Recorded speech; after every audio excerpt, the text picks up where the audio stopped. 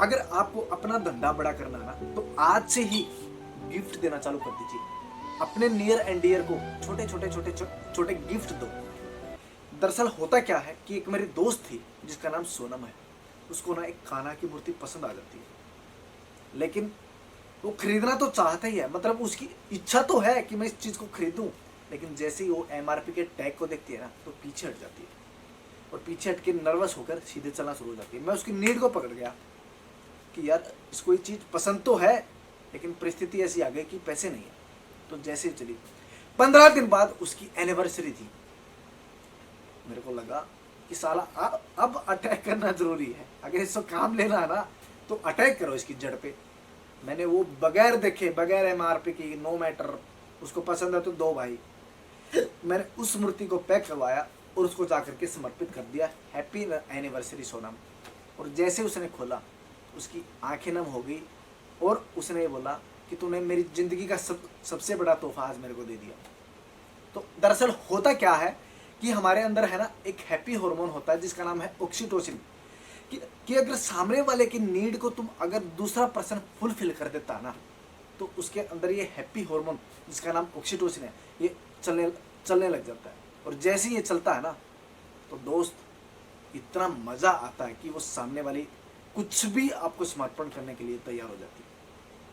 तो दोस्त, लेकिन इसको है ना बार बार मत करना आप कि गिफ्ट दिया काम निकलवाना शुरू, गिफ्ट दिया काम निकलवाना शुरू, गिफ्ट दिया काम निकलवाना शुरू। ऐसे में सामने वाला अवेयर हो जाएगा कि साला काम निकलवाने के लिए ऐसा कर रहा है। गिफ्ट दो दिल से, क्योंकि धंधा हमें एक बंदे से नहीं मिलने वाला, अलग अलग बंदों से मिलेगा। और अलग अलग बंदों पे ये ट्रिक आप आजमा सकते हो। धंधा देख ऐसे ऐसे ऐसे करो करेगा भाई। झूठ बोलकर सामने वाले को एक बार तो आप सामान बेच सकते हो, लेकिन आप धंधे में लंबे समय तक कामयाब नहीं हो सकते। अगर कोई डॉक्टर अपने पेशेंट का विश्वास नहीं जीत सकता ना, तो धंधा कर ही नहीं सकता। सबसे पहली बात तो ये है। इसको कुछ यूं समझे कि मैं मोहित ऐसे ही निकल पड़ा डॉक्टर के पास, जाकर के खड़ा हो गया, डॉक्टर साहब मेरे पेट में ना दर्द है, एक बार चेक करो ना क्या बीमारी। और तुरंत अपने औजारे लेकर के आता है और मुझे चेक करने की कोशिश करता है और फाइनली रिजल्ट निकालता है कि मोहित तुम्हें तो 102 का बुखार है। मैं बोलता हूँ अच्छा सर, बड़ी दिक्कत हो गई, तो बताओ क्या करना चाहिए। और तुरंत वो 1000 रुपये की गोलियां मेरे को बांध कर दे देता है। पता तो मेरे को भी था, पता तो था कि मेरे को कुछ नहीं, मैं तो वैसे जाके खड़ा हुआ। तो क्या हुआ, ये डॉक्टर साहब के लिए शॉर्ट टर्म प्रॉफिट, यानी कि छोटे समय तक वो मेरे से लाभ तो ले गया, लेकिन मैं जैसे ही बाहर जाऊंगा, उसके क्लिनिक से बाहर निकलूंगा, 4 बंदों के सामने उसके बदनामी करना शुरू कर दूंगा कि इस डॉक्टर के पास मत जाना, क्योंकि ये साला मरे हुए का भी इलाज कर देता है। क्यों? क्योंकि जब मेरे को बीमारी थी नहीं, फिर भी दवाई दे दी, तो क्या समझो इस चीज के लिए। तो इस चीज को बोलते हैं कि शॉर्ट टर्म कस्टमर के पास शॉर्ट टर्म प्रॉफिट के लिए परमानेंट कस्टमर को मत खो। इसके बजाय मेरे को वो ये बोलता कि मोहित तुम्हें कुछ नहीं है, तुम बिल्कुल स्वस्थ और खाना खा गए यार, क्यों तकलीफ की, आप जाओ घर पे आराम। तो ये चीज सुन के मेरे को ये लगता रहे डॉक्टर साहब तो बड़ी जेन्युइन है यार, बिल्कुल सच्चाई बोली, ऐसे बंदे को तो हमें बिल्कुल भी नहीं छोड़ना चाहिए। तो मैं बार बार आता, बार उसको धंधा देता। तो ये क्या है, मतलब लॉन्ग टर्म प्रॉफिट मैं उस डॉक्टर साहब को देता। तो क्या हुआ, मैं शॉर्ट टर्म के चक्रों में उसने परमानेंट कस्टमर को खो दिया दोस्त। तो ऐसा ही आप अपने कस्टमर के साथ रिलेट करके देखो।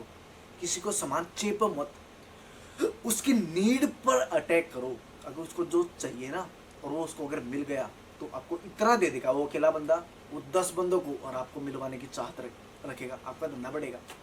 लेकिन मेरे जैसा कस्टमर जिसको कुछ है नहीं, शॉर्ट टर्म के लिए मैंने 1000 रुपये का प्रॉफिट तो निकाल लिया, लेकिन मैं 4 बंदों की बदनामी और करूंगा, थोड़े दिन चलोगे भाई। और हर कस्टमर के साथ आप ऐसे करने लग गए ना, तो आपका धंधा चौपट।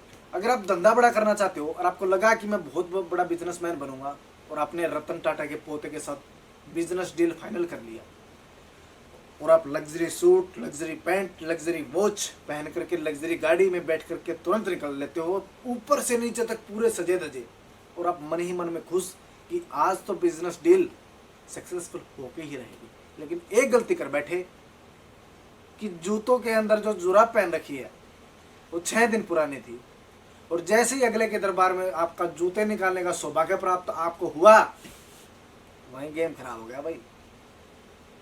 वहाँ उसके पोते को आप प्रेजेंटेशन दिखा रहे हो, सर ये ऐसे है, इसमें इतनी इनकम मिलती है, ऐसे में हम यहाँ सक्सेसफुल हो सकते हैं, हम ऐसे ग्रो करेंगे। और वो सोच रहा रे ये कब उठ के जाए साला, कब दिमाग खराब होए और कब मैं इसको भगाऊं, बस पीछा छूट जाए किसी तरह से। और आप पावर ऑफ प्रेजेंटेशन को खत्म करके और मन ही मन खुश कि हाँ तो मोटा चेक मिलने वाला है, मेरी महीनों की मेहनत, मेरी बरसों की मेहनत, मेरी सप्ताह की मेहनत इतने बड़े घर में आकर पूरी होने वाली है। अरे बावली पूछ, तेरे को नहीं पता, तेरे को पिछवाड़े में लात पड़ने वाली थी, क्योंकि ऊपर से नीचे तक तुम सजे धजे तो हो, लेकिन एक बारीकी से चीज वाली ने काम खराब कर दिया। तो कहने का मतलब इस धंधे में क्या समझ में आई भाई, अगर आप सेल्स में हो ना तो आपको छोटी से छोटी चीज पर भी काम करना पड़ेगा, क्योंकि कब छोटी चीज मोटी दिक्कत पैदा कर दे आपको पता नहीं है। क्योंकि मेन पर्पस क्या था कि सामने वाले को कन्विंस करना, कम्युनिकेशन स्किल आपकी अच्छी होनी चाहिए। आप ऊपर से नीचे तक तैयार, बोलने में आपको तैयार, प्लान देने में आपकी तैयारी गजब, लेकिन जो आपके संभालने साला दिक्कत पैदा कर दी भाई।